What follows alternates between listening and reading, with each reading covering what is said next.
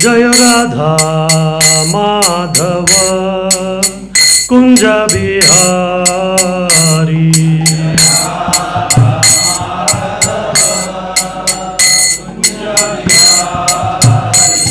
जय गोपी जन वल्लभ गिरिवरधारी।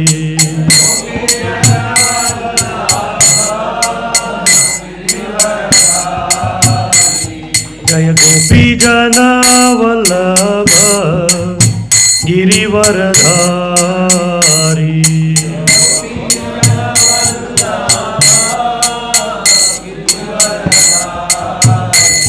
जय यशोदानंदन ब्रज जनरंजन।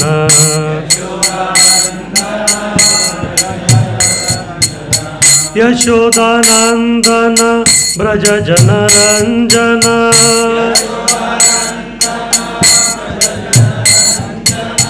यशोदानंदन ब्रज जनरंजन।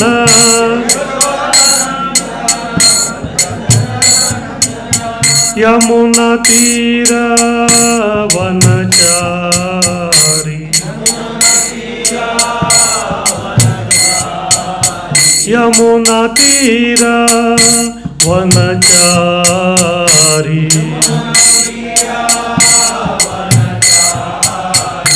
जय राधा माधव कुंज बिहारी।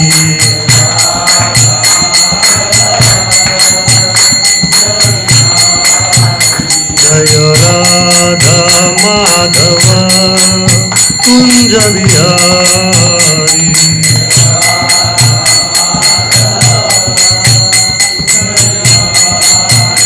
जय प्रभुपदा प्रभुपदा प्रभुपदा। जय प्रभुपदा।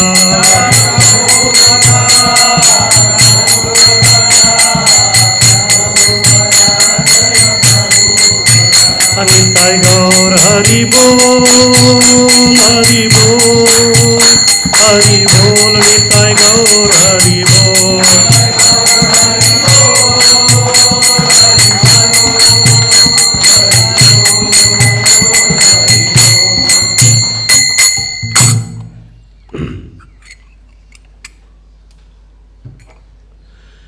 ओम नमो भगवते वासुदेवाय।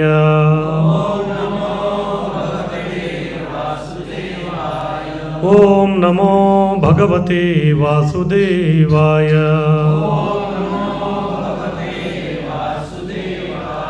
ओम नमो भगवते वासुदेवाय।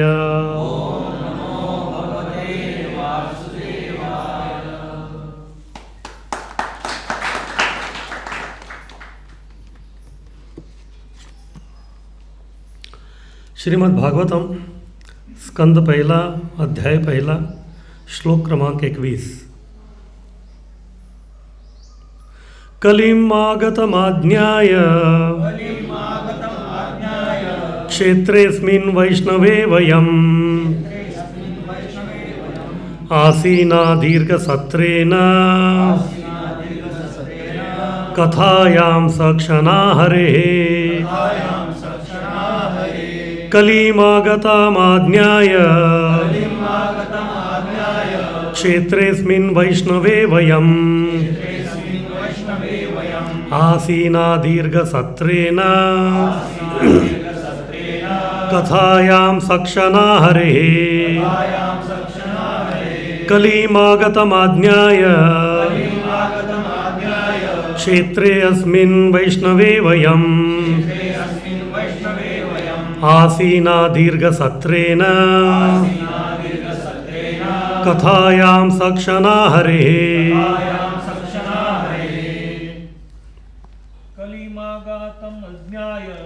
कलिमागतमाज्ञाय क्षेत्रेऽस्मिन् वैष्णवे वयम् आसीना दीर्घसत्रेण कथायां सक्षणा हरेः। आगतम आज्ञाय कलिमागतमाज्ञाय क्षेत्रे अस्मिन् वैष्णवे वयम् क्षेत्रेऽस्मिन् वैष्णवे वयम् आसीना दीर्घसत्रेण आसीना दीर्घसत्रेण कथायां सक्षणा हरे कथायां सक्षणा हरेः कलिमागतिमाज्ञाय कलिमागतमाज्ञाय क्षेत्रेऽस्मिन् वैष्णवे वयम् क्षेत्रेऽस्मिन् वैष्णवे वयम् आसीना दीर्घसत्रेण आसीना दीर्घसत्रेण कथायां सक्षणा हरे कथायां सक्षणा हरेः माताजी कलिमागतमाज्ञाय क्षेत्रेऽस्मिन् वैष्णवे वयम् आसीना दीर्घसत्रेण कथायां सक्षणा हरेः कलिमागतमाज्ञाय क्षेत्रेऽस्मिन् वैष्णवे वयम् आसीना दीर्घसत्रेण कथायां सक्षणा हरेः शब्दार्थ कलीम कलियुग कलहाचे लोहयुग आगतम आलेले आहे आज्ञाय हे जाणून क्षेत्रे या क्षेत्रात अस्मिन या वैष्णवे विशेषतः भगवंतांच्या भक्तांकरिता असलेल्या वयम आम्ही आसीनाः बसलेले दीर्घसत्रेण दीर्घ असा यज्ञ करण्याकरिता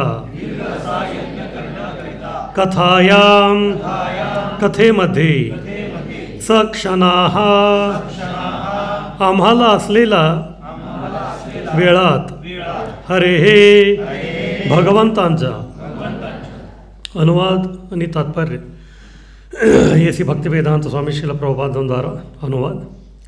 कलियुगाचा प्रारंभ आधीच झाला आहे हे पूर्णपणे जाणून आम्ही भगवत संदेशाचे विस्ताराने श्रवण करता यावे याकरिता दीर्घकाळ चालणाऱ्या कथासत्राचे आयोजन करून या वैष्णव क्षेत्रात एकत्र आलो आहोत. तात्पर्य सत्ययुगाप्रमाणे हे कलियुग नाही, कारण हे कलियुग आत्मसाक्षात्काराकरिता मुळीच अनुकूल नाही. आत्मसाक्षात्काराकरिता सत्ययुग हे सुवर्णयुग आहे, त्रेतायुग हे रजतयुग आहे आणि द्वापारयुग हे ताम्रयुग आहे. आत्मसाक्षात्काराकरिता सत्ययुगातील लोकांचे आयुष्य 1,00,000 वर्षांचे होते आणि त्यामुळे त्यांना ध्यानयोगाची दीर्घ प्रक्रिया करणे शक्य होत असे. त्रेतायुगात जेव्हा आयुष्याचा काळ 10,000 वर्षे होता तेव्हा मोठे मोठे यज्ञ करून आत्मसाक्षात्कार प्राप्त होत असे. द्वापारयुगात जेव्हा आयुष्याचा काळ 1,000 वर्षाचा होता तेव्हा भगवंतांची परिचर्या करून आत्मसाक्षात्कार होत असे. परंतु कलियुगात आयुष्याचा कालावधी केवळ 100 वर्षाचे आहे आणि त्यात विविध अडचणींची भर पडल्यामुळे आत्मसाक्षात्काराकरिता सांगितलेली प्रक्रिया म्हणजे भगवंतांचे नाम, यश आणि लीला यांचे उच्चारण, श्रवण आणि कीर्तन करणे ही आहे. नैमिषारण्यातील ऋषीमुनींनी अशा ठिकाणी या प्रक्रियेला आरंभ केला जे ठिकाण विशेषत्वाने भगवंतांच्या भक्तीसाठीच होते. त्यांनी 1,000 वर्षे लीला ऐकण्याची स्वतःची सिद्धता केली होती. या ऋषींच्या उदाहरणावरून मनुष्याने शिकावे की नियमितपणे श्रवण, पठन आणि निरूपण करणे हाच आत्मसाक्षात्काराचा एकमात्र उपाय आहे.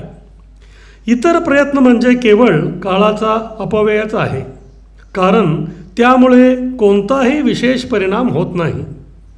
भगवान श्री चैतन्य महाप्रभूंनी भागवत धर्माची शिकवण दिली आणि असे सांगितले की जे भारतभूमीत जन्माला आले आहेत त्या सगळ्यांनी श्रीकृष्णांच्या संदेशाचा प्रसार करण्याचे दायित्व घ्यावे. विशेषतः त्यांनी भगवद्गीतेचा प्राथमिक संदेश प्रथमतः घ्यावा आणि गीतेची शिकवण पूर्ण समजल्यावर पुढील साक्षात्कारी ज्ञानासाठी भागवताचे अध्ययन केले जाऊ शकते. ओम अज्ञानतिमिरन्धस्य ज्ञानाञ्जनशलाकया चक्षुरुन्मिलितं येन तस्मै श्रीगुरवे नमः. नमो विष्णुपादाय कृष्णप्रेष्ठाय भूतले श्रीमते भक्तिवेदान्तस्वामिन्निति नामिने. नमस्ते सारस्वतीदेवे गौरवाणी प्रचारिणे निर्विशेषशून्यवादी पाश्चात्यदेशतारिणे. वाञ्छाकल्पतरुभ्यश्च कृपासिन्धुभ्येव च पतितानां पावनेभ्यो वैष्णवेभ्यो नमो नमः. श्री कृष्ण चैतन्य प्रभु नित्यानंद श्री अद्वैत गदाधर श्रीवासदि गौर भक्तवृंद. हरे कृष्णा कृष्णा कृष्णा हरे हरे हरे राम राम राम हरे हरे.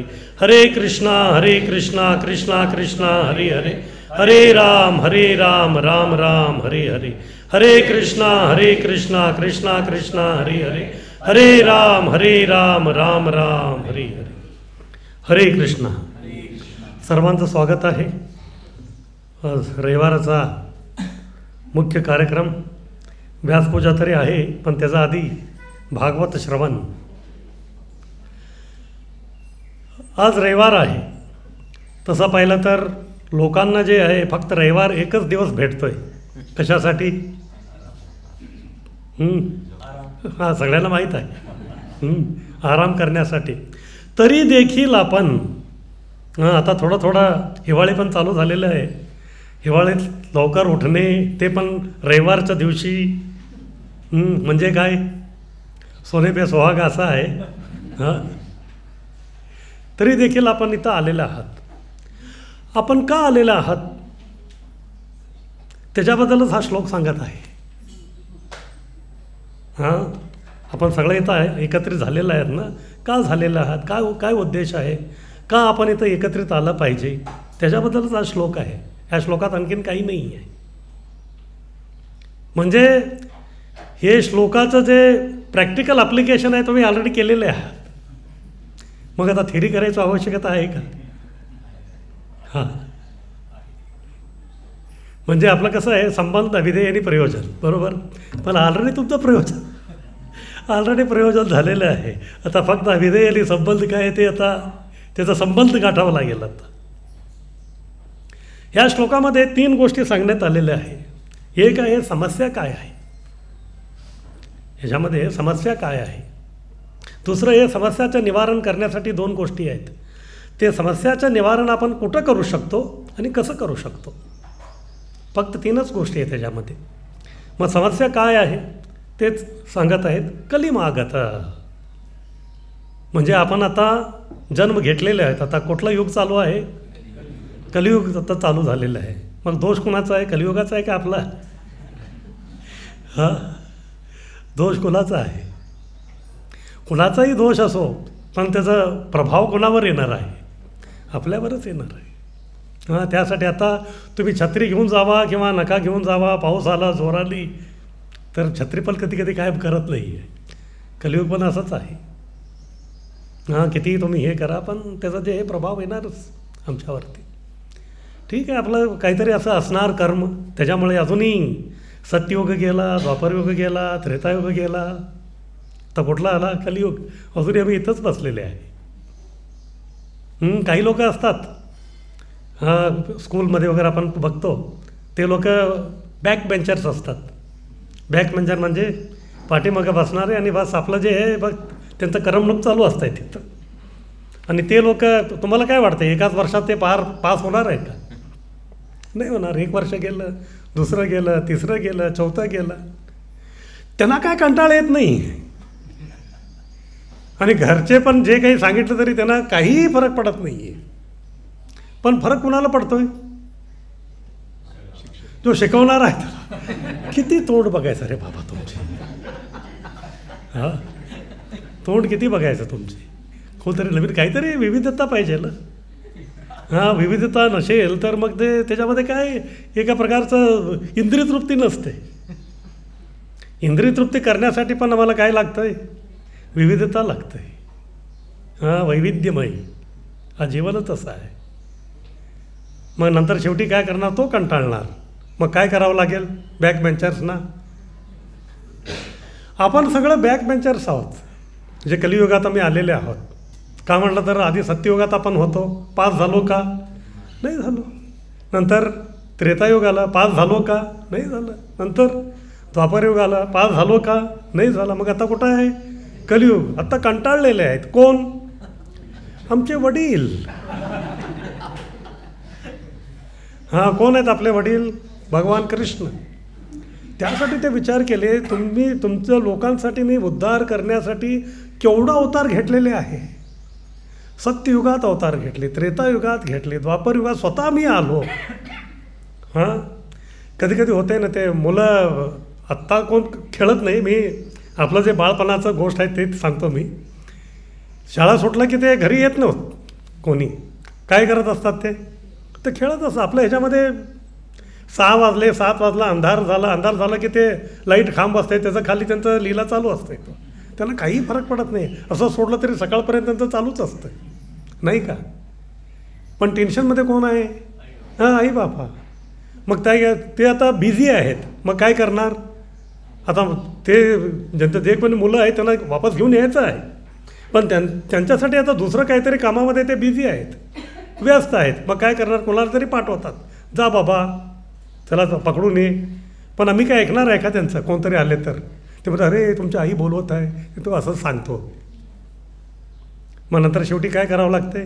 त्यांना स्वतः यावं लागतं. आपलं पण असंच आहे. ते पण गुरूंना पाठवतात, आचार्यांना पाठवतात, सगळ्यांना पाठवतात. हां, आम्हाला वाटतं की ह्यांचं काय गरज आहे आम्हाला. मग शेवटी तुम्ही येत नाही आणि टेन्शन कुणाचं वाढतं आहे? हां, ते म्हणतात की ठीक आहे, जे काय आता मी इथं टाकतो, आता बघतो त्याला. मग ते येतात. तसं कृष्णसुद्धा आले द्वापरयुगात, स्वतः आले. कशासाठी? कृष्ण सांगतात गीतेमध्ये, हां, परित्राणाय साधूना विनाशाय च दुष्कृताम धर्मसंस्थापनार्थाय संभवामी युगे युगे. सगळ्यांचा उद्धार करण्यासाठी ते आले. तरीसुद्धा आपण ऐकलो का? नाही ऐकलेलं आहे. तरीसुद्धा कलियुगात आम्ही आलो. नंतर भगवंताला कळालं की हे असं चालणार नाही, काहीतरी करावं लागेल ह्यांच्यासाठी. मग भगवंतांना कळून चुकलं की हे लोकांचं योग्यताच नाही आहे इथून जायची. त्यांचं प्रमोशन जे आहे, प्रगती जे आहे, त्याचं त्यांचं लायकीच नाही आहे. मग काय करावं लागेल? मग ते लायकी बनवावं लागेल. मग त्यासाठी ते आले. काय म्हणून?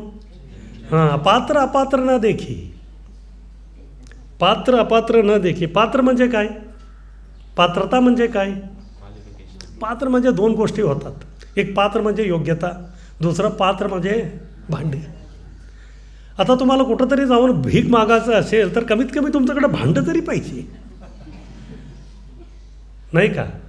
हां, कुठंतरी जाऊन भीक मागायचं असेल तर कमीत कमी भांडं. तर ते म्हणतात तुम्ही कुठंतरी जावा, भिक्षांदेही ते घेऊन आणतात, पण ते भांडी देत नाहीत. ते भिक्षापात्र तुमच्याकडे असायला पाहिजे.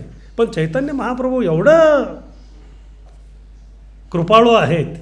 मग काय केले त्यांनी? पात्र अपात्र न देखी. ते पात्र पण दिले, मग त्याच्यामध्ये भीक पण दिली आम्हाला. असं कोणतरी आहे का? हां, एवढं कृपाळू असं कोणी नाही आहे.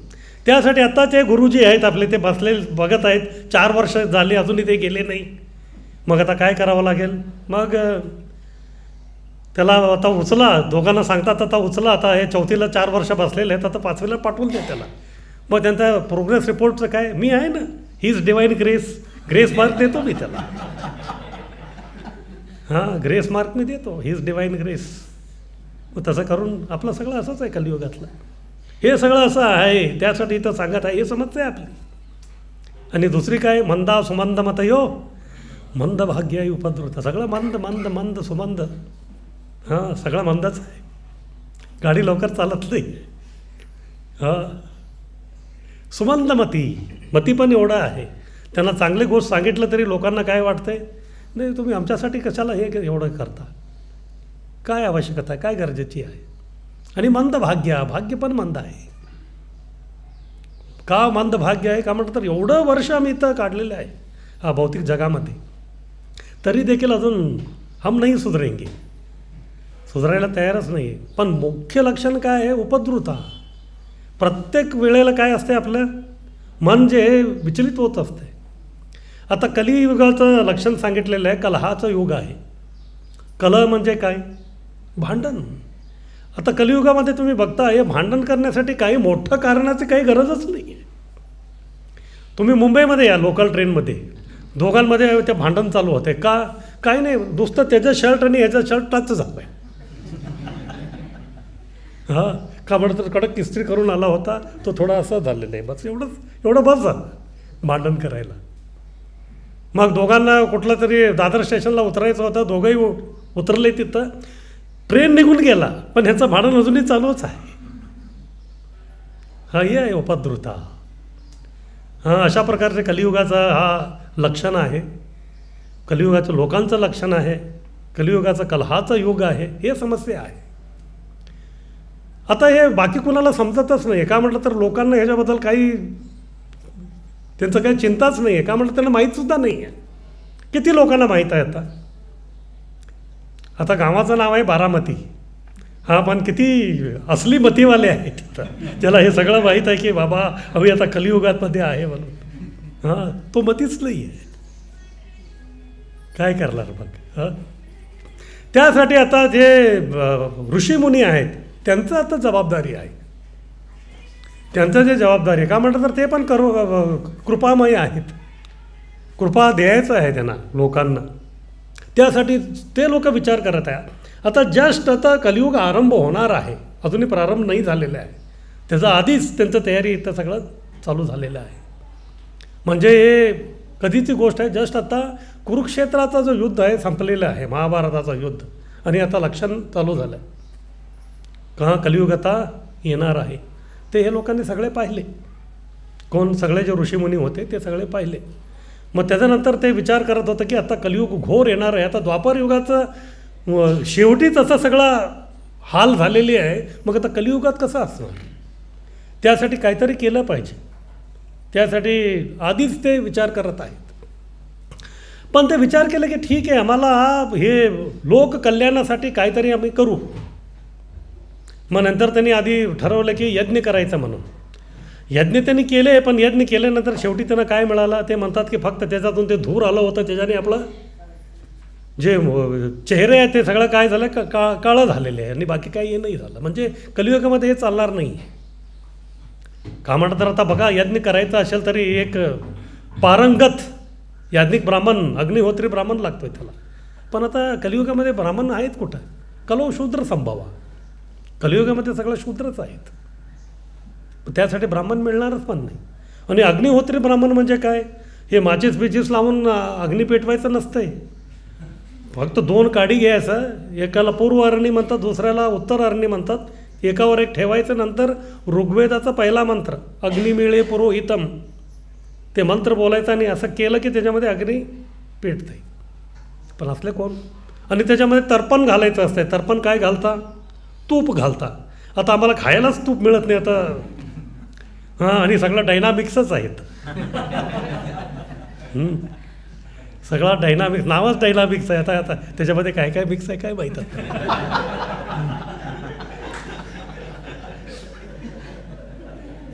मग ओरिजिनल काय भेटतच नाही. मग यज्ञ संपन्न कसं होणार आपलं? हां, अवघड आहे हे सगळं करणे. मग त्यासाठी जसं इथं तात्पर्यामध्ये सांगितलेलं आहे, सत्ययुगामध्ये त्याचं युगधर्म वेगळं होतं. कृते ध्याय ते विष्णूचं केवळ ध्यान करून आपण सगळं युगधर्माचं पालन करून आम्ही मुक्त होऊ शकत होतो. त्रेतायाम यजतो मखै म्हणजे यज्ञ करून. यज्ञाबद्दल मी सांगितलं, आता ते होऊ शकत नाही. द्वापरे परिचर्यायाम, द्वापर याच्यामध्ये परिचर्या म्हणजे सेवकाच्या रूपात आम्हाला भगवंतांची सेवा करणे, म्हणजे अर्चविग्रहाची सेवा करणे. कलियुगामध्ये अर्चविग्रहाचं सेवा करणे एवढं सोपं नाही आहे. का म्हणतात तर त्याला एक पात्रता लागतं, ते पात्रता पण मिळत. आता इस्कॉनमध्ये पण बघा, सगळे दीक्षित आहेत, पण ब्राह्मण दीक्षा सगळ्यांना देत नाहीत. आणि जोपर्यंत ब्राह्मण दीक्षा आपलं होत नाहीत तोपर्यंत तुम्ही अर्चविग्रहाची सेवा करू शकत नाही. म्हणजे हे थोडं हे आहे. मग आता राहिलं काय? कलवतो धरी कीर्तनात. कलियुगामध्ये केवळ एकच आहे काम. काय? हरे कृष्णा कृष्णा कृष्णा हरे हरे, हरे राम राम राम हरे हरे. मग त्यांना कळालं की ठीक आहे, आता कलियुगाचा जो धर्म आहे ते आहे फक्त श्रवण कीर्तन सगळं करणे. मग आता जे आपण श्रवण कीर्तन हे सगळं करणार आहोत, पण ते कुठं करणार ते पण महत्त्वाचे आहे. आता आपलं जे घर असते, घरामध्ये पण वेगवेगळ्या खोली असतात. प्रत्येक खोलीमध्ये आम्ही वेगळ्या प्रकारचं काम करतो. आता मोठं समोर हॉल असते, हॉलमध्ये काय करतो, कोणी लोक आले तरी त्यांना आम्ही तिथं बसवतो आणि जे काही चर्चा करायचं आहे ते सगळं तिथं होतं. आणि आता मला पूजा करायचं आहे, मग मी कुठं जातो, देवघरात जातो. आता मला आंघोळ करायचं आहे, मग कुठं जातो, तर बाथरूममध्ये जातो. आता मला शयन करायचं आहे, मग कुठं जातो, आज बेडरूमला जातो. असं वेगवेगळे एक ठिकाणी आहेत. अशा प्रकारे हे ऋषी त्यांनी पण विचार केले, बाबा ठीक आहे, आता आम्हाला काय करायचं आहे, काय करायचं आहे, लोककल्याणासाठी काहीतरी मोठं काम आम्हाला करायचं आहे. आणि लोककल्याण कधी होणार का म्हटलं तर आता कलियुग चाललेले आहे. असलं कुठलं तरी आम्हाला ठिकाण पाहिजे तिथं कलियुगाचा प्रभावच हे होत नाही आहे. कलियुगाचा प्रभाव तिथं होतच नाही. असलं कुठलं तरी ठिकाण असेल तरच आपण तिथं काम करू शकतो. जसं परत आता पाऊस येत आहे, आता पावसात मला काहीतरी काम करायचं असेल तर मी बाहेर जाऊन करू शकतो का आतमध्ये करू शकतो? बाहेर जाऊन काम होऊ शकत नाही. मला कुठलं तरी एक सुरक्षित जागा पाहिजे, जेणेकरून जे पावसाचा जे काही प्रभाव आहे ते माझ्यावरती पडलं नाही पाहिजे. त्याच हिशोबाने ह्या लोकांनी विचार केले की आता ठीक आहे, कलियुग आलेले आहे, कलियुग एकदम घोर आहे, पण आता असलं कुठलं तरी आम्हाला ठिकाण पाहिजे तिथं हे कलियुगाचा प्रभावच नाही झाला पाहिजे. हा महत्त्वाची गोष्ट आहे. जेव्हा पण आपण कुठलं तरी एक काम करतो, तो कार्यक्षेत्र काय आहे ते आम्हाला चॉईस करणे इम्पॉर्टंट आहे. तुमच्याकडं सगळं शक्ती आहे, बुद्धी आहे, सगळं आहे, पण चुकीच्या जागावरती तुम्ही काहीतरी करत असेल तर तुमचं जे काम आहे ते लवकर त्याच्यामध्ये यश भेटणार नाही तुम्हाला. त्यासाठी आपण बघतो तेव्हा क्रिकेटमध्ये सुद्धा जेव्हा तुमचं स्वदेशी चालू असतं क्रिकेट, त्याच्यामध्ये तुमचं विजयाचे जे चान्सेस आहेत ते जास्त आहेत. त्यासाठी त्याला होम पिच म्हणतात.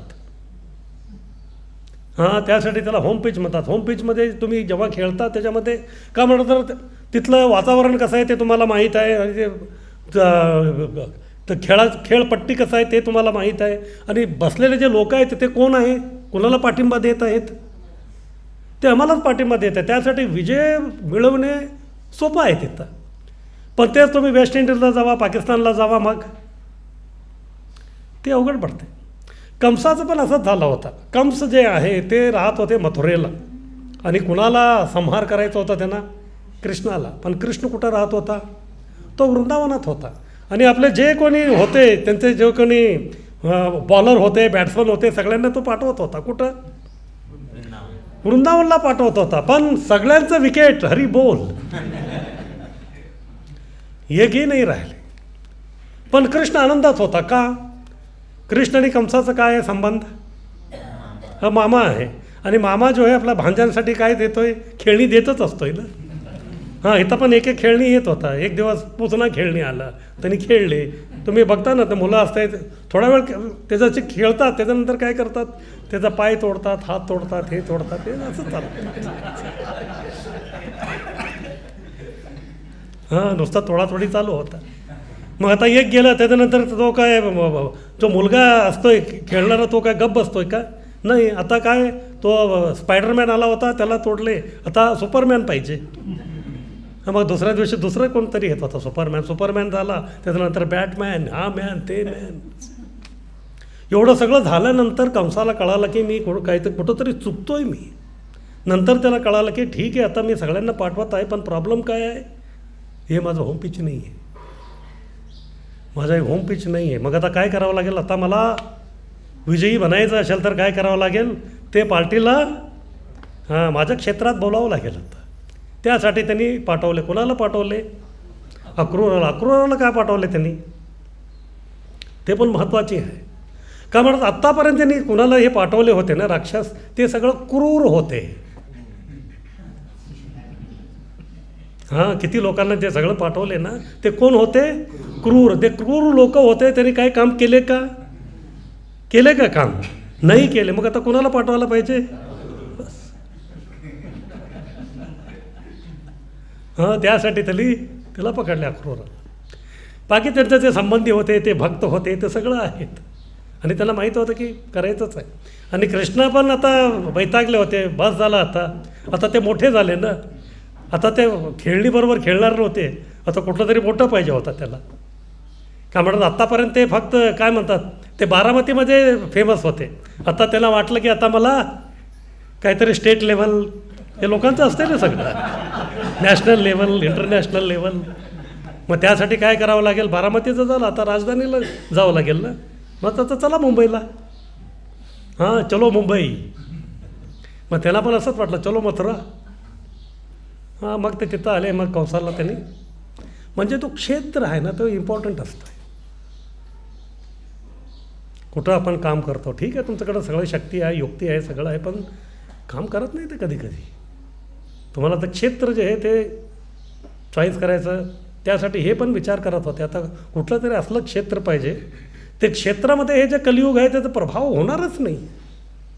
मग असं कुठलं तरी क्षेत्र आहे का ह्या जगामध्ये कुठं तिचं कलियुगाचा प्रभावच होत नाही आहे.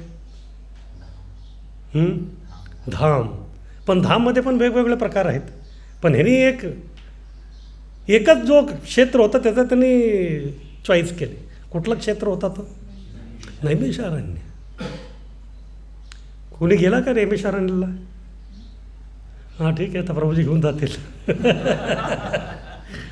ठीक आहे. किती लोकांना जायची इच्छा आहे नैमिषारण्य? अयोध्येला गेला का? नाही ना, आता रामलल्लाला बघायला जावंच लागेल तुम्हाला नवीन. मग अयोध्या बाजूलाच आहे, तर जाऊ शकता, काही हे नाही आहे. तर नैमिषारण्य आहे हे पण महत्त्वाचे क्षेत्र आहे. असं म्हणतात की ब्रह्मा, विष्णू, नंतर शक्ती, हे सगळ्यांचं जे आहे तिथं काहीतरी वेगवेगळ्या प्रकारचे लीला तिथं झालेले आहे, खूप महत्त्वाचे आहे. श्री वैष्णव संप्रदायामध्ये ते म्हणतात की 8 स्वयंव्यक्त क्षेत्र आहेत. स्वयंव्यक्त, स्वयं म्हणजे स्वतः, व्यक्त म्हणजे आपोआप, स्वयंभू म्हणतात ना तसं, आपोआप जे क्षेत्र आहे ते निर्माण झालेले आहेत. आणि त्याच्यामध्ये जे 4 क्षेत्र आहे त्याच्यामध्ये भगवंतांचा विग्रह आहे. त्या 4 क्षेत्रामध्ये तुम्ही जाऊन भगवंतांचा अर्चविग्रह जे आहे त्याचं सुंदर त्याचं तुम्ही दर्शन करू शकता. पण बाकी जे 4 आहे त्याच्यामध्ये भगवंतांचा अर्चविग्रह नाही, पण तो क्षेत्रच भगवंताचं प्रतिनिधित्व करतं. असं 8 जे आहे क्षेत्र आहेत. जे पहिले जे अर्चविग्रह असलेले जे 4 क्षेत्र आहे ते आहे पहिलं श्री मूषणम म्हणून, हे तमिळनाडूमध्ये आहे. हे त्यांचं दिव्य देशम पण आहे. दिव्य देशम म्हणजे त्यांचे 108 श्री वैष्णवांचे मुख्य स्थान आहेत. आणि 108 पैकी जो आहे मनुष्य फक्त 107च दर्शन करू शकतो. 107वा जो आहे तो आहे क्षीरसागर आणि 108 जो आहे तो वैकुंठ. म्हणजे 107 आणि 108 तुम्हाला दर्शन करायचं असेल तर काय करावं लागेल, समजलं तुम्हाला? म्हणजे 106पर्यंत आपल्या गाडी जाऊ शकते. त्याच्यामध्ये हा एक दिव्य देशम आहे श्री मूषणम. तिथं वराहदेव आहेत, एकदम सुंदर मूर्ती असं थांबलेले आहेत. सुंदर धाम पण आहे. त्याच्यानंतर दुसरं आहे द्वारका. तिथं आहे द्वारकाधीश. ते पण द्वारकाधीशचं जे आहे विग्रह तो स्वयंभू आहे. त्याच्यानंतर तिसरं आहे हे आहे व्यंकटाद्री. व्यंकटाद्री कुठं आहे? तिरुपती बालाजी. तिरुपती बालाजीचे श्रीनिवास ते भगवंतच होते, लीला करत होते. त्याच्यानंतर कलियुगाचा लोकांचा उद्धारासाठी ते नंतर आपोआप ते मूर्ती झाले. ते तिरुपती ते तिसरं आहे. नंतर चौथं आहे आपलं श्रीरंगम. मला वाटतं श्रीरंगमला गेले होते ना यात्रा. श्रीरंगम, रंगनाथ. ते पण कुठून आले? ते पण वैकुंठात आलेले आहे. एकदम इम्पोर्टेड आहेत भगवंत, तिकडूनच इथं आलेले आहेत. ते मग मोठा कथा आहे कसं ते इथं आले. अशा प्रकारे हे जे 4 क्षेत्र आहेत ह्याच्यामध्ये भगवंतांचं अर्चविग्रह आहे, त्याचं तुम्ही दर्शन करू शकता. त्यानंतर बाकी जे 4 आहेत त्याच्यामध्ये प्रकृतीच्या रूपामध्ये भगवंत जे आहे स्वयंव्यक्त आहेत. त्याच्यामध्ये पहिलं आहे सालिग्राम. त्याला म्हणतात सालिग्राम क्षेत्र. हे सालिग्राम कुठं मिळतात? हां गंडकी. कुठलं गंडकी? गंडकी तर वाहतच आहे. हां नेपाळमध्ये कुठं? मुक्तिनाथ. मुक्तिनाथचं वर पण एक जागा आहे, त्याचं नाव आहे दामोदर कुंड. ते दामोदर कुंडमध्ये हे प्रकट होतात सालिग्राम सगळे. आणि सालिग्राम काय, त्याला इन्स्टॉलेशन प्राणप्रतिष्ठा करायचं गरज नाही आहे. त्याच्यामध्ये ऑलरेडी भगवंतांचं अस्तित्व आहे, सानिध्य आहे. आणि असं म्हणतात की एक कीटक आहे, त्याचं नाव वज्रकीट. त्याच्या आतमधलं परमात्मा त्याला सिग्नल देतात की आतमध्ये कुठलं डिझाईन करायचं. आतमध्ये डिझाईन असते, तुम्ही कापून ते पाहिलं तर कधी शंख, कधी चक्र, कधी नरसिंह, वेगवेगळं असतं. ते वज्रकीट म्हणून एक आहे कीटक. ते सगळं कसं आपलं CNC मशीन चालतं आहे ना, हां त्या प्रकारे वेगवेगळे ते डिझाईन. आणि डिझाईन कोण देतात? परमात्मा देतात. परमात्मा त्यांना डिझाईन सांगतात, मग ते असं सगळं हे झालेलं असतं. आणि ते आहे तिथं मुक्तिनाथमध्ये. त्यासाठी त्याला सालिग्राम क्षेत्र म्हणतात. आपले गोपाल भट्ट गोस्वामी पण गेले होते. आपलं 6 जे गोस्वामी आहे त्याच्यामध्ये हिमालयमध्ये गेलेले हे एकटेच आहेत. कोण? गोपाल भट्ट गोस्वामी. का म्हटलं तर ते होते श्री वैष्णव. आणि श्री वैष्णवाचा तो मुक्तिनाथ आहे, तो पण एक दिव्य देशम आहे. त्यासाठी फक्त तेच गेले. चैतन्य महाप्रभू, नित्यानंद प्रभू कोणी नाही गेले हिमालयामध्ये. नाही तर पण आपली सगळं दरवर्षी यात्रा तिथं होत. आपले इस्कॉनचे काही भक्त आहेत, ते जातात चारधाम करायला, पण कंटाळून जातात. काय हे डोंगर डोंगर डोंगर डोंगर. त्याच्यानंतर ते येतात कुठं? वृंदावन. जाऊन आले का? चला हरी बोल. त्याच्यानंतर वृंदावनला येतात. त्याच्यानंतर हा असं वाटतंय की घरी आलो मी आता. हा वाटतंय का नाही? जे वृंदावनात आपलं जे आपुलकी आहे ते दुसरं कुठंही तुम्हाला ते भास होणार नाही. तुम्हाला चान्सच नाही आहे. काय म्हटलं तर बस I have lost my heart in Vrindavan. हां तुम्ही टी-शर्टवरती लिहा किंवा नाही लिहा, ते आपलं जे काम आहे ते इस्कॉनमध्ये झालेलंच असतं. मग सालिग्रामचं नंतर आहे हे नैमिषारण्य. आता सालिग्राम जे आहे तिथं हे नाही आहे का म्हटलं तर कुठलंही मंदिर असं काही नाही आहे. ते पूर्ण क्षेत्रच आहे. आणि तिथं भगवंत शिळा रूपामध्ये आहेत. प्रकृतीचं एक रूप शिला रूपामध्ये ते आहे. तिथं काही हे विग्रह वगैरे नाही आहे. त्याचप्रमाणे हे नैमिषारण्य ह्याच्यामध्ये बघा काय आहे, त्याचं नाव आहे नैमिष्य, पण ते काय आहे? अरण्य आहे. अरण्य म्हणजे काय? जंगल. तिथं पण काही भगवंतांचा अर्चविग्रह नाही आहे. ते जे पूर्ण जो क्षेत्र आहे तोच नैमिषारण्य, तोच भगवंत आहे. हां असलं हे दुसरं आहे. नंतर तिसरं आहे बद्रीनाथ. बद्रीनाथमध्ये आता जे विग्रह आहे, पण त्याचं आधी तर क्षेत्रामध्ये काहीच नव्हतं. का म्हणलं तर हे जे बद्रीनाथचं विग्रह आहे शंकराचार्यांना भेटलं तो, पण त्याचं आधी काय? त्याचं आधी पण बद्री क्षेत्र होतं. तिथं सगळं वेगवेगळे नरनारायण ऋषी वगैरे सगळं हे करत होते. म्हणजे तिथं भगवंत जे आहे पर्वत रूपामध्ये आहे. का म्हटलं तर ते पर्वतच एक नर पर्वत आणि एक नारायण पर्वत. त्याचं मध्ये बद्रीनाथ आहे. मग मधून अलकनंदा वाहत आहे. हां ज्यांनी गेले दर्शन केले असेल तुम्ही. म्हणजे ते पर्वताच्या रूपामध्ये आहे तिथं प्रकृती. नंतर चौथा आहे प्रयागराज. प्रयाग म्हणजे याग म्हणजे संगम किंवा याग म्हणजे यज्ञ.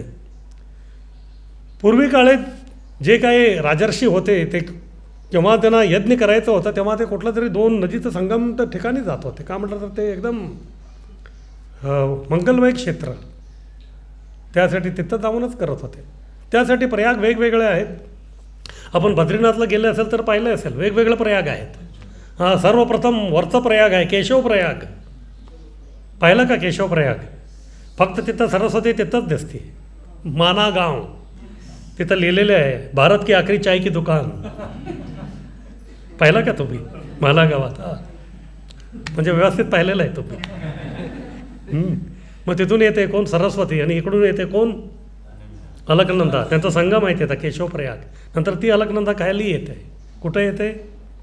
बद्रीनाथचं समोरून. हां बद्रीनाथून समोरून येते. त्याच्यानंतर तिथं विष्णू प्रयाग.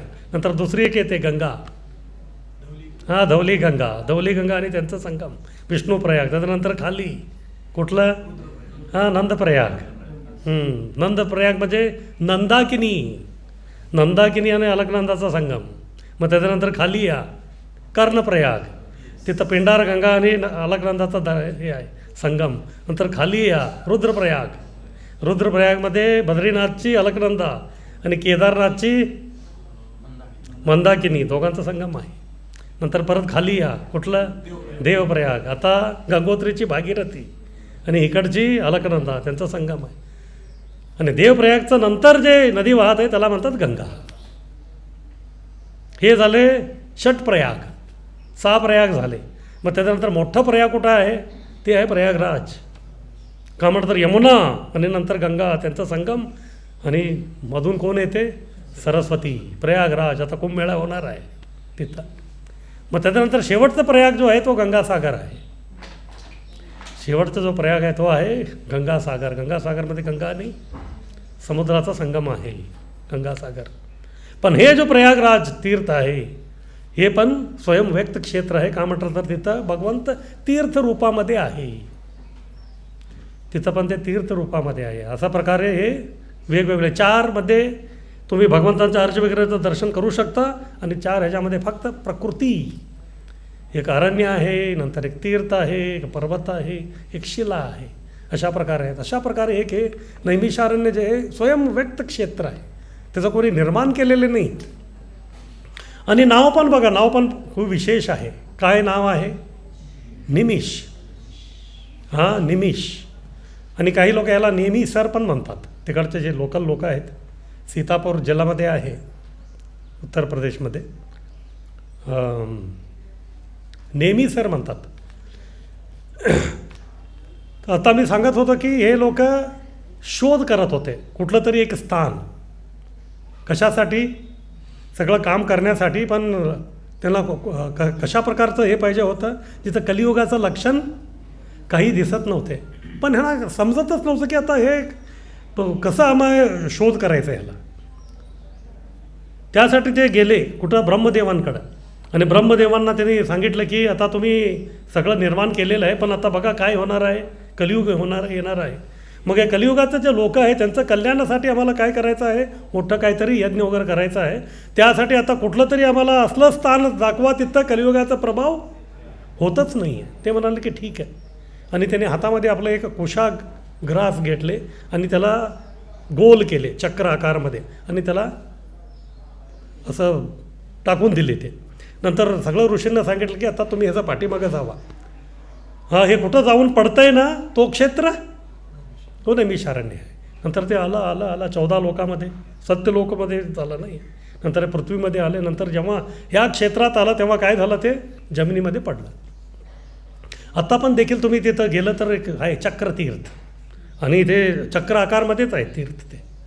नंतर हे जे पडलं होतं ते पडल्यानंतर ते चक्राचा आकार घेतला आणि त्याच्यानंतर असं म्हणतात की ते भूमीचं आतमध्ये जाऊन ते पाताळामध्ये गेलं. ते म्हणजे त्याचं खोल काय आहे, किती आहे, कोणालाही माहीत नाही आहे आत्तापर्यंत. आणि का म्हटलं तर ते गोल गोल फिरत होतं, त्यासाठी तिकडचं पाणी पण फिरत असते आणि लोक त्याचं पण आतमध्ये जाऊनच परिक्रमा करतात चक्रतीर्थ आतमध्ये. आणि जेव्हा इंग्रजांना कळालं की ह्याचं खोल जे आतापर्यंत कोणी पाहिलेलं नाही आहे, त्यासाठी त्यांनी त्याचं खोल किती आहे बघण्यासाठी बरेच लोकांना घेऊन आले त्यांनी. आणि नंतर वायर घेतले, त्याच्यानंतर आतमध्ये टाकले. बरेच दिवस त्यांनी प्रयत्न केले, पण त्याचं जे कुठपर्यंत ते गेलेलं आहे कोणाला काही नाही समजलं. आणि शास्त्रामध्ये असं मानतात की हे तर खाली पडलं होतं, त्यासाठी हे लोक घाबरले. आता हे चक्र जे आहे काय करणार माहीत नाही आहे. त्यासाठी ब्रह्मदेवांना ते ऋषींनी सांगितलं की आता ह्याचं काहीतरी करायला पाहिजे. का म्हटलं तर आम्हाला कुठलं स्थान पाहिजे होतं ते आम्हाला कळालं, पण हे जे चक्रामुळे जे हे बाकी काही दुसरं चक्कर नाही झाला पाहिजे. त्यासाठी ते म्हणाले की ठीक आहे आता देवी हे सगळं बघतील. त्यासाठी तिथं ललिता देवीचं मंदिर आहे, तो एक शक्तिपीठ पण आहे. आणि देवी जाऊन ते चक्र जे फिरत होतं खाली जे जाऊन त्याला त्यांनी पकडले, धारण केले. त्यासाठी ते शक्तिपीठ पण आहे. आणि असं पण म्हणतात की जेव्हा सती तर शरीराचं सुदर्शन चक्राने वेगवेगळे तुकडे केले. कोण? विष्णूने. वेगवेगळे अवयव जे आहेत भारतामध्ये आणि भारताच्या आजूबाजूला ते पडले. आणि हित्त जे पडले ते आहे त्यांचं हृदय. आणि आपण बघतो शरीरामध्ये जे आहे एकदम मुख्य जे अंग आहे ते काय आहे, ते हृदय आहे. म्हणजे हृदय पडलेलं जो स्थान आहे ते पण मुख्य आहे. आपण बघतो आपलं डोळे 2 आहेत, हे पण 2 आहेत, कान पण 2 आहे, सगळे 2-2 आहेत, पण हृदय काय आहे तो एकच आहे. म्हणजे किती महत्त्वाचं आहे. म्हणजे हृदय तिथं पडून काय झालं, जे कोणी तिथं जाऊन जो साधना करतो आहे त्याचं पण हृदय परिवर्तन होतं आहे. जे कोणी जाऊन काय म्हटलं तर हृदय पडलेला तो क्षेत्राचा प्रभाव आहे. त्यासाठी जे कोणी तिथं जाऊन साधना करतो आहे, काय जे काय करतो त्याचं हृदय परिवर्तन ते होणारच आहे. अशा प्रकारचे चक्र तिथं पडलं. त्याच्यानंतर सगळे तिथं आले. आणि शास्त्रामध्ये असं म्हणतात की ह्याला एक अष्टम वैकुंठ असं म्हणतात. अष्टम वैकुंठ म्हणजे तिथं बरेच लोक राहत होते. असं म्हणतात की 33 कोटी देवता तिथं निवास करत होते आणि तिथं 3.5 कोटी मंदिर होते आणि 88,000 जे ऋषी तिथं निवास करत होते. आणि ते लोक वेगवेगळ्या प्रकारचे साधना केले. आणि एवढं जे छान एकदम धाम आहे तिथं त्यांनी हे सगळं केले आपलं साधना वगैरे. मग त्याचा प्रभाव किती असणार. आणि असं म्हणतात की जे तिथं हे चक्र पडलं ते हा विश्वाचा जो आहे सेंटर आहे. तो विश्वाचा जो सेंटर आहे. आता समजा मोठा कुठला तरी एक भांडी आहे आणि त्याच्यामध्ये आम्हाला कलर मिक्स करायचा आहे. मग कलर आम्ही कुठं टाकतो, सेंटरमध्ये टाकतो का साईडला टाकतो, कुठं टाकतो. आता सगळं मिक्स करायचं असेल तर ते सेंटरमध्ये टाकतो. सेंटरमध्ये टाकलं की काय होतं ते आपोआप सगळीकडे पसरायला चालू करते. त्याचप्रमाणे हे लोकांनी आपलं साधना आपलं जे यज्ञ ते कुठं करत होते, हा विश्वाचा जो सेंटर आहे केंद्र आहे तिथं केले. त्याच्यामुळे त्याचे जे व्हायब्रेशन्स आहे ते सगळीकडे चालू झाले निघायला. हां सगळं 4ही दिशाला 8ही दिशाला 10ही दिशाला गेले. ते सगळं असलं ठिकाण त्यांनी शोधून हे केले होते. आणि दुसरं ह्याचं नाव आहे नेमी. काही लोक नैमिषारण्य म्हणतात, काही नेमिषारण्य म्हणतात. नेमी म्हणजे जो चक्र असते ना, चक्राचा जो परिघ असतं सर्कम्फरन्स तो तिथं पडला. त्यासाठी त्याचं नाम नेमी. सर म्हणजे सरोवर. ते नेमीमुळे सरोवरचं निर्माण झालेले आहे. त्यासाठी तिकडचं जे स्थानिक जे भाषा आहे त्याच्यामध्ये त्याला नेमीसर पण म्हणतात. नेमीसर. आणि शास्त्रामध्ये त्याला म्हणतात नैमिषारण्य. नैमिष म्हणजे निमिष. निमिष हे जे आपले काय म्हणतात ह्याला पापणे आहेत ना, त्याला निमी म्हणतात. पापणे आहेत निमी. आणि आपलं शरीरामध्ये जे काही अवयव आहेत ना, प्रत्येकावरती एक अधिष्ठात्री देवता आहे. जो अधिष्ठात्री देवता आहे तो त्या जो अंग आहे त्याचा तो कंट्रोलर आहे. त्याचप्रमाणे ह्याचा पण एक ईश आहे. ईश म्हणजे कंट्रोलर, तो निमिष आहे. पण हे देवतांचं ईश कोण आहे, ते भगवंत आहेत. त्यासाठी असं पण म्हणतात. आणि एक निमिष म्हणजे काय, हे पण एक टाईम पिरियड आहे. एक निमिष म्हणजे 60 सेकंड. हां. आणि एक निमिषामध्ये भगवंत तिथं ब्रह्मांड पुराणामध्ये वर्णन आहे, बरेच राक्षस राहत होते तिथं त्या क्षेत्रामध्ये आधी. आणि ते राक्षसांचा संहार करायचं होतं. त्यासाठी जे ऋषी होते विष्णूंना काय केले, प्रार्थना केली. आणि जेव्हा त्यांनी प्रार्थना केली भगवंत तिथं आले. भगवंत आले आणि आपलं चक्रचा प्रयोग केले आणि एका निमिषामध्ये जेवढं होते सगळ्यांचा संहार केले. किती वेळ लागला त्यांना, फक्त एक निमिष लागलं. त्यासाठी त्याचं नाम नैमिषारण्य, निमिष क्षेत्र आहे. आणि दुसरं भगवंताचं नामच निमिष आहे. निमी म्हणजे हे पापणे. कधीही भगवंत जे आहे त्यांचा डोळे बंद होत नाहीत असं मला वाटतं. ते योगनिद्रेमध्ये आहेत तरी देखील ते बघत असतात. त्यासाठी जो क्षेत्र आहे ते कोणाचं क्षेत्र आहे, तो निमिष म्हणजे जो भगवान विष्णू आहे त्यांचं क्षेत्र आहे. अशा प्रकारचे जे क्षेत्र आहे ते खूप महत्त्वाचं आहे तिथं. आणि असं म्हणतात की स्वयंभू मनू आणि त्यांची पत्नी शतरूपा दोघंही तिथं आले. आणि त्यांना पण आवडलं हे स्थान. आणि त्यांनी 23,000 वर्षापर्यंत तप केले. 23,000 वर्षापर्यंत तप केल्यानंतर त्यांचं इच्छा होतं की नारायण जे त्यांचा पुत्र व्हावे. अशा प्रकारे त्यांचं इच्छा होतं. त्यासाठी तेवढं त्यांनी तिथं हे केले. आणि रामायणात देखील ह्याचं वर्णन आलेले आहे नैमिषारण्याचा. जेव्हा प्रभू रामचंद्रांचा अश्वमेध यज्ञ ते करत होते आणि यज्ञ संपन्न केल्यानंतर त्यांना अश्वमेधाचा घोडा पाठवले होते त्यांनी. आणि अश्वमेधाचा जो अश्व होता ते सगळं जगभरात फिरून नंतर शेवटी तो आला कुठं, अयोध्येला. पण त्याच्यानंतर त्याचं संपन्न करण्यासाठी त्यांना यज्ञ करायचा होता. आणि त्यांनी अश्वमेध यज्ञ जे आहे इथंच केले नैमिषारण्यामध्ये.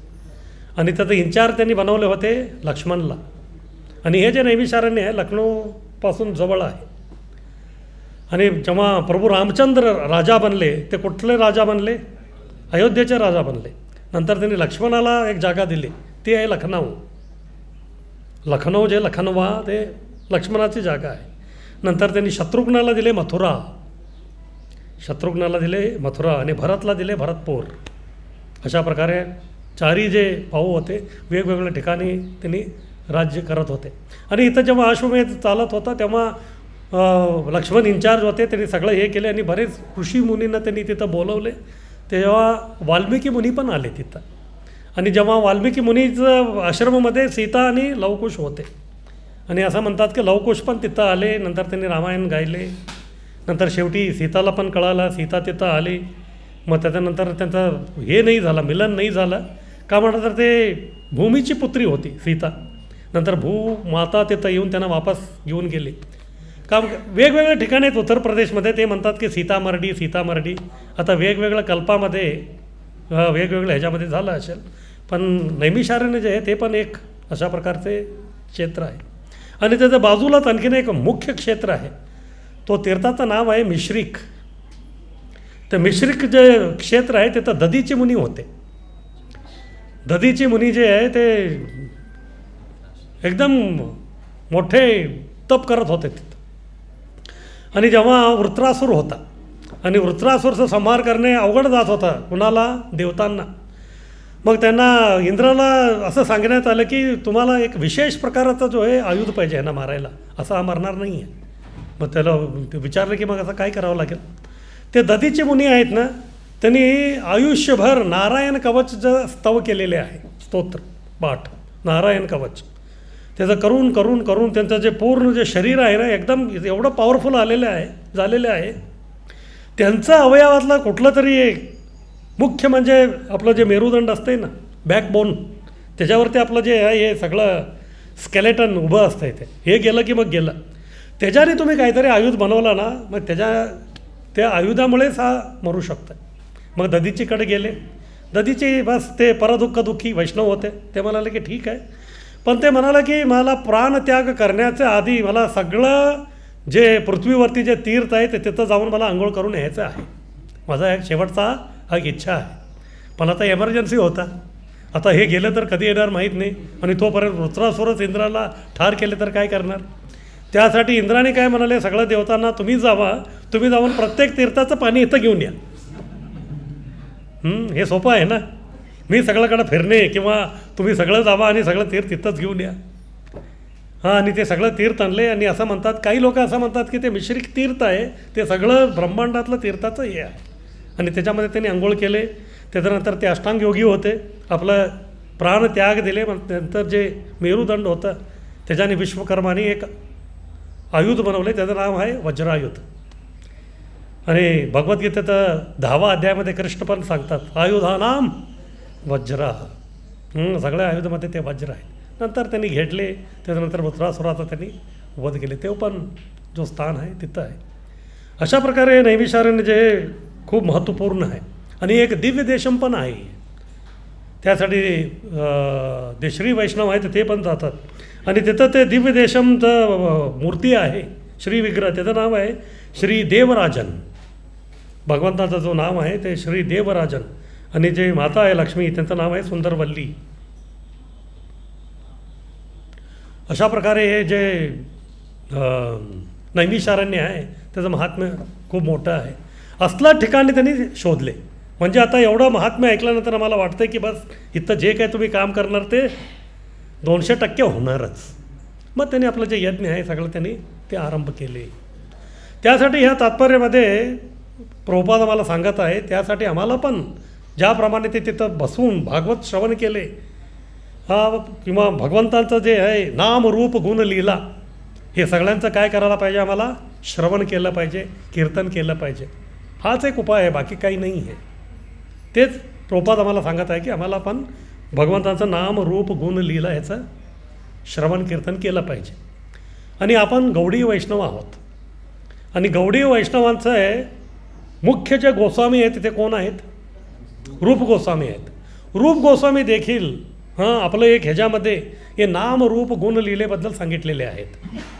जेव्हा त्याने प्रथम वेळा चैतन्य महाप्रभूंना आधी भेटले होते रामकेलीला, त्याच्यानंतर त्यांनी परत प्रयागराजला भेटले. प्रयागराजला तेव्हा त्यांनी भेटले, तेव्हा त्यांनी चैतन्य महाप्रभूंबद्दल एक श्लोक जे आहे ते त्यांचं महिमेचा हे करण्यासाठी त्यांनी एक उल्लेख केले, बोलले, नमो महावदन्याय कृष्ण प्रेम प्रदायते कृष्णाय कृष्ण चैतन्य नामिने गौरत्विषयी नमः. ह्याच्यामध्ये काही नाही आहे, भगवंतांचा चैतन्य महाप्रभूंचा पूर्ण परिचय आहे. कुठलं तरी एका व्यक्तीची पूर्ण ओळख करून घ्यायचं असेल तर 4 गोष्टी लागतात, नाम रूप गुण आणि लीला. त्याचं नाव काय आहे, तो कसा दिसतोय, त्याचं गुण लक्षण काय आहे आणि तो काय करतोय. हे 4 गोष्टी आम्हाला समजलं तर मग काय होते, त्याचं संपूर्ण ओळख होते. तेच त्यांनी ह्याच्यामध्ये सांगितलेले आहे, नाम रूप गुण लीला. कोणाबद्दल, जे चैतन्य महाप्रभू आहे त्यांच्याबद्दल त्यांनी नाम रूप गुण लीला हे त्यांनी सांगितलेले आहे. पहिला आहे काय, नमो महावदन्याय. महावदन्याय हे काय आहे, यांचं गुण आहे महावदन्याय. वदान्य म्हणजे काय, उदार म्हणजे किती उदार. वद अन्य म्हणजे काय, वद म्हणजे बोलणे किंवा मागणे. अन्य म्हणजे कधी कधी तुम्ही पाहिलेलं असेल, काही लोक एवढं दानशूर असतात, तुम्ही त्यांच्याकडे जाऊन काहीतरी मागता, हां मला हे टी व्ही पाहिजे. जेव्हा तुम्ही टी व्ही म्हणत असतात तेव्हाच ते म्हणतात की आणखीन काहीतरी विचार, आणखीन काहीतरी माग, आणखीन काहीतरी माग. का म्हटलं तर तो एवढा उदार आहे. वद अन्य, वद अन्य, वद अन्य. तुम्ही बोलण्याच्या आधीच तो म्हणतात की सो बी इट, तथास्तु झालं, आणखीन काय पाहिजे. दुसरं जेव्हा तुम्ही सांगता ते म्हणतात की वद अन्य, आणखीन काहीतरी माग. एवढं सगळं द्यायला तयार आहे कोण, जे मोठे जे दानशूर असतात त्यांना वदान्य म्हणतात. पण हे महावदान्य आहेत. महावदान्य म्हणजे काय, हे बाकीचे वदान्य असतात त्यांना जाऊन तुम्हाला बोलायला लागतंय, मला हे पाहिजे, मला हे पाहिजे. चैतन्य महाप्रभूंच्या समोर जाऊन बोलण्याची पण गरज नाही आहे. जेव्हा तुमचं मनामध्ये ते प्रकट होते त्यांना कळते तेव्हाच ते सो बी इट. त्याला म्हणतात महावदान्य. म्हणजे बोलण्याच्या आधीच म्हणतात की ठीक आहे दुसरंच काहीतरी माग, दुसरं काहीतरी माग. हां म्हणजे जो शराबी माणूस असतंय ना, दारू पिलेला, त्याला काही समजत नाही आहे. का म्हणतात एवढं मधोन्मत झालेलं असतं, म्हणतात ठीक आहे करा करा. चैतन्य महाप्रभू कृष्ण प्रेमामध्ये काय झालेले आहेत, ते मधोन्मत झालेले आहेत. म्हणतात ठीक आहे, और लेके जाओ, और लेके जाओ. नमो महावदन्याय हे त्यांचं काय आहे, गुण आहे. कृष्ण प्रेम प्रदायते हे काय आहे, त्यांचं लीला आहे. कृष्ण प्रेम प्रदायते, काय लीला काय करतात ते हेही आहे. कृष्ण प्रेम प्रदायते. आणि हे कोण आहे, कृष्णाय, कृष्णाचं आहे. कृष्णाय कृष्ण चैतन्य. मग त्यांचं नाव काय आहे, कृष्ण चैतन्य. आणि रूप कसं आहे, गौरत्विषय नमः. गौरत्विषय, गौर म्हणजे हां गौरवर्णामध्ये आहेत ते. अशा प्रकारे त्यांनी परिचय पूर्ण करून घेतलेला आहे. त्याचप्रमाणे आम्हाला पण भगवंतांचे पूर्ण ओळख करून घ्यायचं असेल तर हे 4 गोष्टी आम्हाला करावं लागते. काय, नामकीर्तन, गुणकीर्तन, रूपकीर्तन आणि लीला कीर्तन. हां किती करणार तुम्ही करू शकता. आणि मुख्य म्हणजे भागवत. हां भागवत त्याच्याबद्दल इथं प्रभा सांगत आहे की भागवत आम्हाला करायचंच आहे. त्यासाठी नित्यम भागवत सेवा. हां त्यासाठी आता प्रभूजींनी दर साप्ताहिक कार्यक्रम केलेले आहे. आता नित्यमचा 2 अर्थ होता. नित्यम म्हणजे डेली असं नाही आहे, रेग्युलरली करायचं.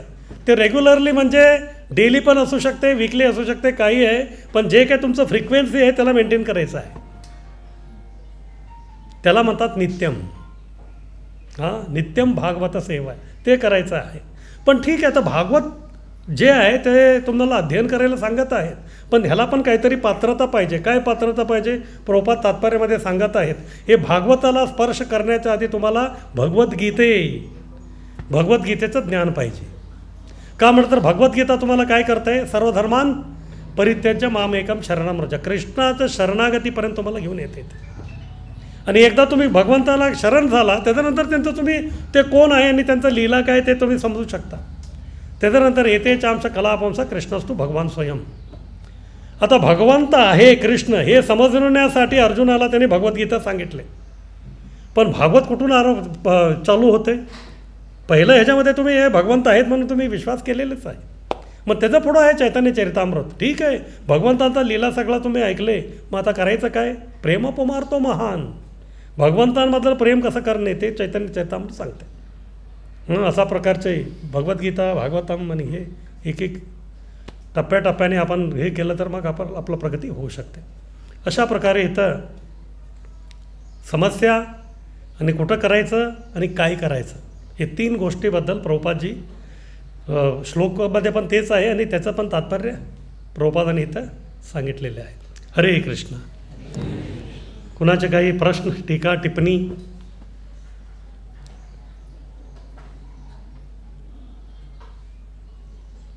कोणी काही नाही बोलले तर मग 2 अर्थ होतात.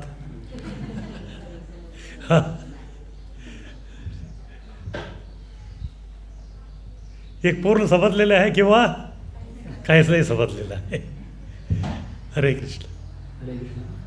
म्हणजे एक प्रश्न असा होता, हां बऱ्याच वेळा तीर्थयात्रेला जायची इच्छा असते लोकांची आणि जातात सुद्धा, पण त्यामध्ये फक्त जाऊन येणं होतं, पण त्याचा तो मूड जो असतो तो मूड इथं आल्यानंतर कंटिन्यू राहत नाही. आपल्या प्रभुपादांचे जे मंदिर आहेत, प्रभुपाद म्हणायचे की माझे मंदिर जे आहेत ते धामापेक्षा अभिन्न आहेत. तर मग तो जो मूळ आहे तो कंटिन्यू राहावा, की जे प्रभुपादांचे मंदिर आहे ते सुद्धा धामासारखेच आहेत किंवा धामच आहे. तर त्यासाठी आपण काय करायचं? काय आहे, आपण बद्ध आत्मे आहोत. एवढं सोपं नाही आहे की एवढं लवकर आम्ही शरणागत हो. त्यासाठी मी आता पाहिलेलं इस्कॉनमध्ये बरेच जे लोक आहेत वारंवार यात्रेला घेऊन जात असतात लोकांना. आता तुम्ही पाहिलं असेल इथं पण काही लोक आपल्या मित्रांना सांगतात कधीतरी तुम्ही मंदिराला या. भक्तांचं सोडा, आता तुम्ही मंदिराला या, ते लोक येतच नाहीत. जन्माष्टमी आहे, हे आहे, ते आहे. पण लोकांचं काय एक वैशिष्ट्य आहे, फिरणं जे आहे सगळ्यांना आवडते.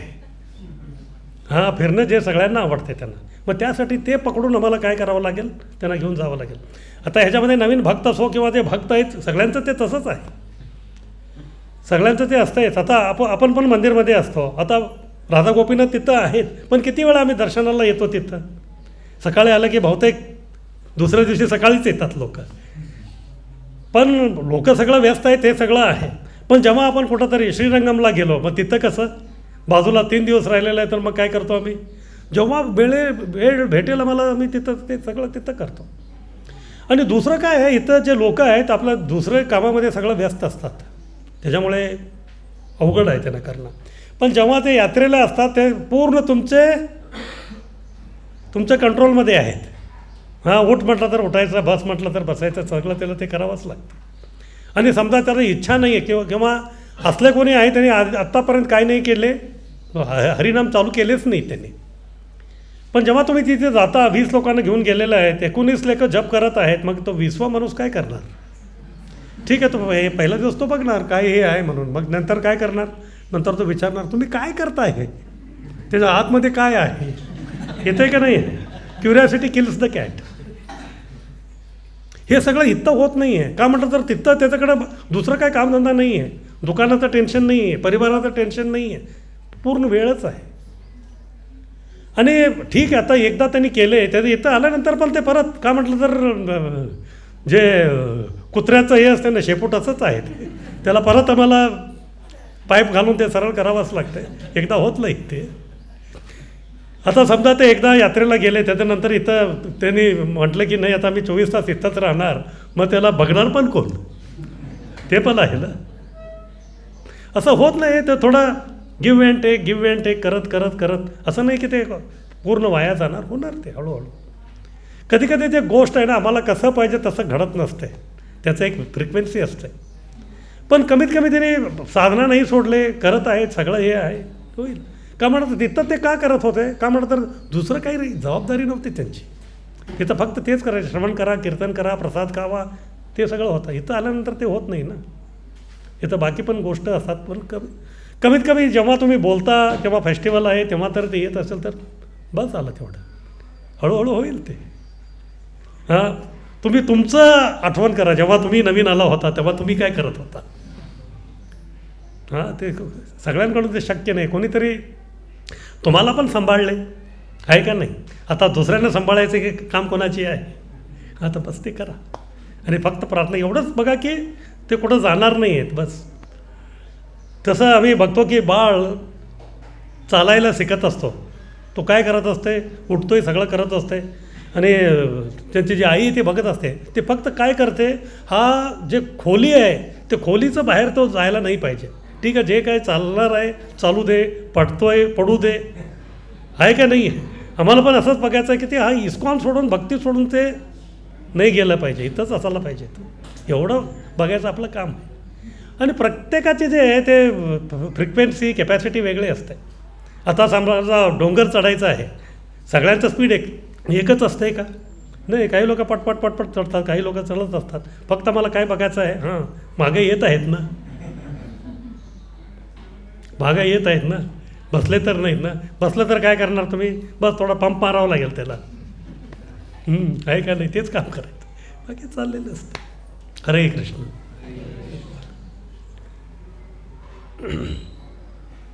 तर कोणाला काही आहे प्रश्न?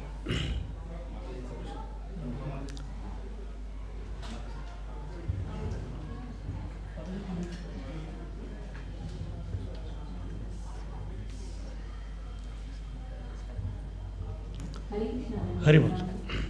खूप छान क्लासला तुम्ही जे अष्टक्षेत्र सांगितलं त्याच्यामध्ये आपले भगवंतांचे म्हणजे पुरुषोत्तम क्षेत्र श्री जगन्नाथपुरी धाम किंवा वृंदावन आणि स्वतः साक्षात गोवर्धन स्वरूपात श्रीकृष्ण उपस्थित आहे. तर याच्यामधलं हे कुठल्या ह्याच्यामध्ये क्षेत्रामध्ये हे सगळं जे क्षेत्र आहे, मी तुम्हाला सांगितलं की हे श्री वैष्णव त्यांचं प्रमाणे आहे. श्री वैष्णव म्हणजे रामानुजाचार्य होते दक्षिणेमध्ये, श्रीरंगम वगैरे, ते म्हणतात की त्यांचं हिशोबाने हे त्यांचं सगळं 108 दिव्य देशम आहे, त्याच्यामध्ये हे 8 स्वयंव्यक्त आहेत, ते त्यांचा हिशोब आहे. आणि आपण गौडीय वैष्णव आहेत, आपला वेगळा आहे हिशोब. का म्हणतात तर सगळे आम्ही आध्यात्मिक जगतातच जाणार आहेत, पण आध्यात्मिक जगतामध्ये पण वेगवेगळे खोली आहेत. हां, जसं आम्ही आमचा परिवार आहे, सगळं आम्ही घरात आल्यानंतर आम्ही एकाच खोलीमध्ये राहत नाही. हां, तुमचा जो मुलगा आहे तो आपल्या खोलीमध्ये जातो आहे, आई आहे आपल्या खोलीमध्ये जाते, असं वेगवेगळे जातात. आध्यात्मिक जगत पण तसंच आहे. तिथं काही गोलोक आहे, काही साकेत धाम आहे, काही वैकुंठ आहे.